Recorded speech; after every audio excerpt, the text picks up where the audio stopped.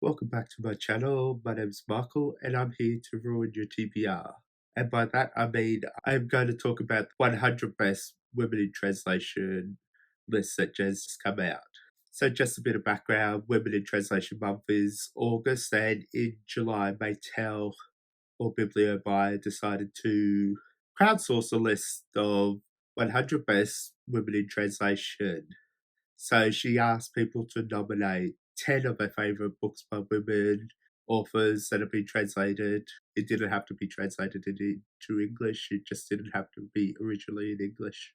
So for the 2 months, the information was collected and there was about 800 books nominated, and she compiled a list of the 100 most nominated. There were some rules in place. For example, if there were more than 2 books by the same author, she would only include the top 2, and that was to make sure there was a bit more of a mix of authors. Now, the list has come out recently, and it is a little Eurocentric and it is a little contemporary, and there are people complaining about that. But for me, I feel like that's more of a reflection of what has been translated and what has been marketed and what people know is out there.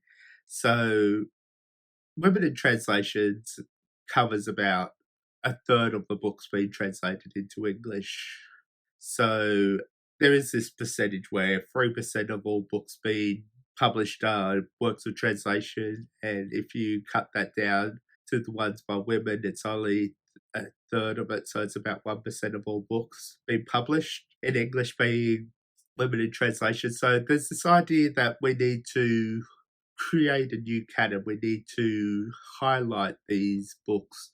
And I love Women in Translation Month. I love what it's doing. I am sad it's only a month long reading event, but I really like this list. I really think it's a good reflection, kind of like a starter kit for people interested in reading more translations, particularly women in translation. This list, I'm not going to go through and tell you every book that has made the list, but I will talk about a few of them. I have read 40 of the books on the list and will definitely like to complete most of them, if not all of the books on the list. There is a Goodreads group now that is dedicated to going through and reading some of these books and talking about these books. So I will link that in the description, as well as the link to the full list on Biblibio's blog. So if you're interested, definitely check it out and definitely join in.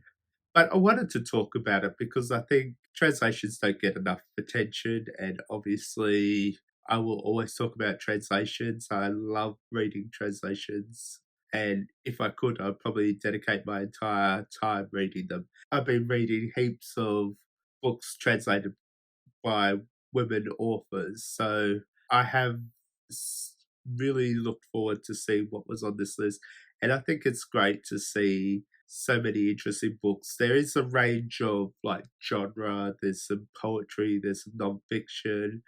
It is contemporary, but that's the kind of way it is. A lot of time, people will nominate their favorites, and a lot of people focus on more recent books. The classics normally are dominated by male authors, so maybe they don't get enough attention. And with the biases we see in the list, at least we know what we need to focus on, what we need to look at for our own personal reading.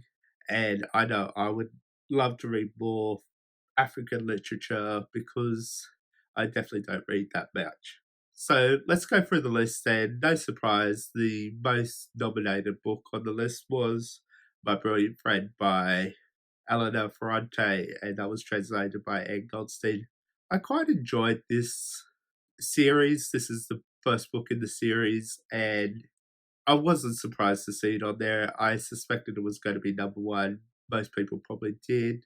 I feel like a lot of people, when they think of women in translation, this is the book that they go to. If I think of classics, maybe they'd think of The Diary of a Young Girl by Anne Frank, which surprisingly is not on this list, and I am a little surprised by that, but maybe it's not a book that people love because it is so horrible and so.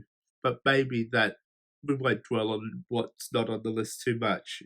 The second book that has made the list is The Vegetarian by Kang, and that is translated by Deborah Smith. South Korean literature was obviously going to make a lot of impact on the list, and this was the first book to win the Man Booker International Prize, so that's no surprise. And that was followed by Fever Dreams by Samantha Schweblin, translated by Megan McDowell. And I love Argentinian literature, so I am happy to see it. I think Fever Dreams is a little overrated for my taste. I did enjoy it. I didn't think it was fantastic, but a lot of people love this book, and it has a very Instagrammable cover, so that doesn't surprise me to see this on the list a little higher than I would have liked, but I'm not going to complain. I think people should read the book. I think it's definitely worth checking out. Kang is on the list again with Human Acts, and that's the only book in the top 10 that I haven't read. But it's on my shelf, so I will read it one day. I have read most of Deborah Smith's translations of Kang. I think this is the only one I have left. The Door by Magda Szabó, translated by Len Rix, is the first classic to be on this list. There's not too many older books on the list, and this is one of the few in the top 10.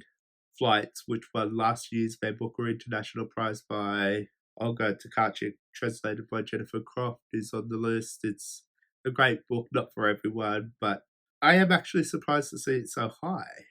I won't go through how many nominations it got, but you can look at that information if you look at the links. Convenience Store Woman, obviously this is a book that has been getting a lot of attention lately, so I think that was going to be inevitable that it was on the list, and I am glad it's been getting attention. I'm glad to see when translations get attention because it does get people reading these books, and I think that was an interesting one to read. It's very quick, easy, has a message that is not too difficult to work out, so definitely one that I'm pleased to see on the list.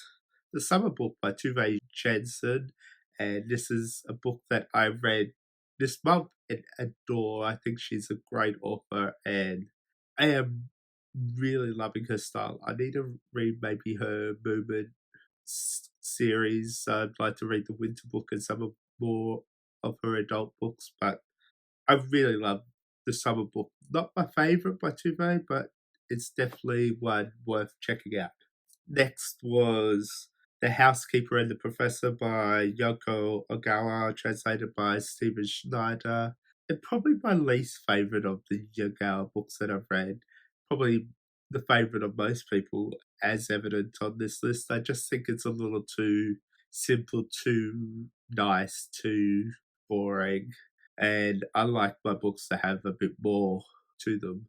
And the last of the top 10 is Years by Annie Ernaux, and that was translated by Lisa Strayer. And this is sort of like a memoir about her life, and I've talked about this book recently as one of my recent favourites. So that was the top 10. I will go through a couple of the other books on the list because there's some great ones on this list, and I think people should read, and these are ones I would recommend, starting with the book that made number 11, which is Things We Lost in the Fire by Mariana Enríquez, translated by Megan McDowell. This is a collection of Argentine short stories that I love. It's kind of got a horror theme, kind of like how Get Out uses those horror tropes to explore racism and different ideas.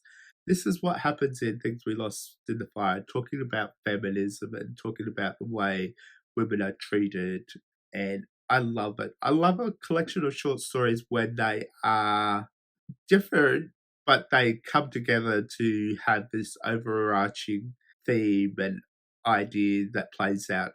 I like it when a collection feels like it has a purpose rather than here's 10 random stories, enjoy. Sphinx by Angareta, translated by Emma Ramadan, is 14 on the list, and I recommend this one over and over again as well. So I'm pleased to see it on the list, and I'm pleased to see so many people have read and loved this book, that it was so high up on this list. So that's awesome. The Complete Persepolis is on the list, which is nice to see a graphic novel on the list. Disoriental comes in after that, and I adore this book. This is by Naga Giovanni and translated by Tina But this is one of those books that I would hand to everyone if I could, and I'm so pleased that other people are enjoying it, and so pleased to see it on the list. There are so many great things on this list. Svetlana Alexievich has two of her non-fiction books on the list, and that was The Unwomanly Face of War and Secondhand Time. So I'm glad to see some non-fiction on this list, and I think she's fantastic. The Tale of Genji, which is probably one of the first books ever published, and Japanese classic. This is a huge book, so I'm interested to see how many people have read this completely, or have they just been reading the abridged version. But it has its place in history, and it definitely has its place on this list. I think it is a literary staple, so I am pleased to see it here. The Soviet Milk was a BookTube favorite. It's on the list. Notes of a Crocodile was a recent favorite of mine, and I'm pleased to see it on this list. Lama Sada as well, another one that I didn't nominate, but I'm glad to see it on the list. Memoirs of a Polar Bear, BookTube favorite. I haven't read it, but it's on there. The Lovers by Marguerite Duras, translated by Barbara Breyer. Classic French book. I know Silji loves this book, so she'd be pleased to see this on the list. Mouthful of Birds by Samantha Schweblin. I'm a little surprised that it's on the list. This was translated by Megan McDowell as well. I don't think it's a great collection of short stories. Pretty cover, again. I think if you read this before Fever Dreams, you probably enjoy it more, but I think there's a lot of ideas that are being worked out in this collection that went on to inform Fever Dreams. So, not really a collection that I enjoyed, but a lot of people have, so good for them. Complete Poetry by Sappho. Awesome to see that on the list. Faculty of Dreams, another recent favourite of mine that has made the list. Simone de Beauvoir's The Second Sex is on the list. Faces in the Crowd by Valerie Lucelli, but translated by Christina McSweeney's on the list. This is probably one of her first books written, and she's been getting a lot of attention. She's actually one of the judges for the Booker International Prize next year, so I'll be interested to see what comes out of that. The second book by Elena Ferrante was Days of Abandonment, which was the first book, a very slim book, and one of those books that really packs a punch. It's really emotional. It's pretty full on, similar to the Neapolitan series, but different in a way that makes it worth reading. Yeah, so I'm pleased to see it on the list. I'm pleased to see it wasn't another one of the series on the list. Valerie Lucelli's on the list again with The Story of My Teeth, translated by Christina McSweeney again. And not my favourite of hers, but definitely one that seemed to had a lot of attention when it came out. I think it was in the Tournament of Books, and a lot of people were talking about it. So that's another one. Like Water for Chocolate, a Mexican classic, is on the list. And I think I'll leave it there because I don't want to read out every book. I don't want to talk about every book. I've read 40, as I've said before, of the list, and I can't wait to explore them more. I just wanted to talk about them. I didn't name all the translators. I'm sorry for that. I was just trying to go through this list quickly without taking up too much time. But I will list all the books that I mentioned in the description. Plus, I will link the full list so you can check it out. And let me know what you think of the list. Let me know how many you've read, if you plan to read more from the list. If you want to, come join the Goodreads group.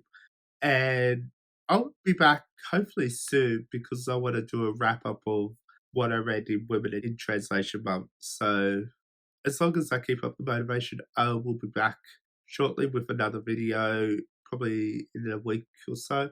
If you want to find me elsewhere, all my links to social media are in the comments below. And thank you for watching.